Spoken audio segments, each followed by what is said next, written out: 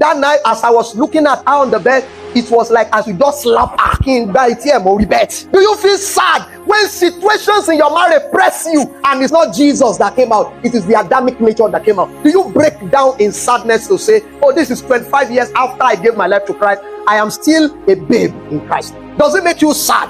Is it your constant longing and prayer to be like Jesus? Or you take pride in carnality? And can I say to you, our marriage is the greatest revealer of our carnality. Is the most proximate relationship. It's the only place where you can't escape with who you are. It's the only place where the person getting you angry is also your roommate. Are you with me now? You have to sleep on the same bed.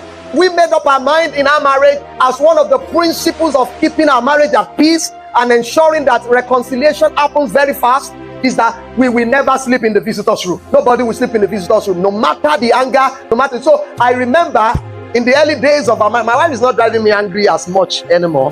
In the earlier days, you know, one of those days, one of those nights, she drove me really mad. And I was tempted not to go into the room. But I told myself, this is a principle we have agreed on. We must sleep on the same what? The same bed. So I went there. That night, as I was looking at her on the bed, it was like as you just slap her in by bet. You know, you guys are more born again than me.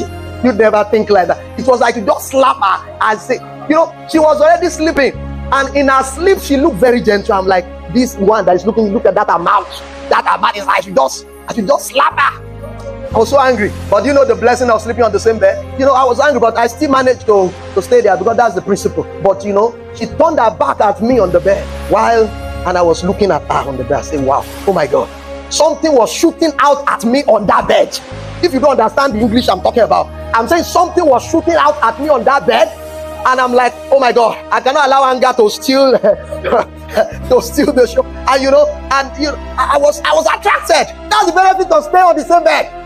That's my quarrel. If you have separated room, will anything shoot out? If you have separated room, you won't see when the woman is coming out of the bedroom. So nothing will move you. So the reason why some of us have been able to stay away from sex is because we are not really seeing each other's nakedness. This is a separated room. Look at that. In the middle of the night, I made a move, and because you know she too was angry, you know, but she has also been following this being like Jesus principle. She did not rebuff me. She welcomed me, and there was a special miracle service in the middle of the night, and that was the end of the what of the dispute.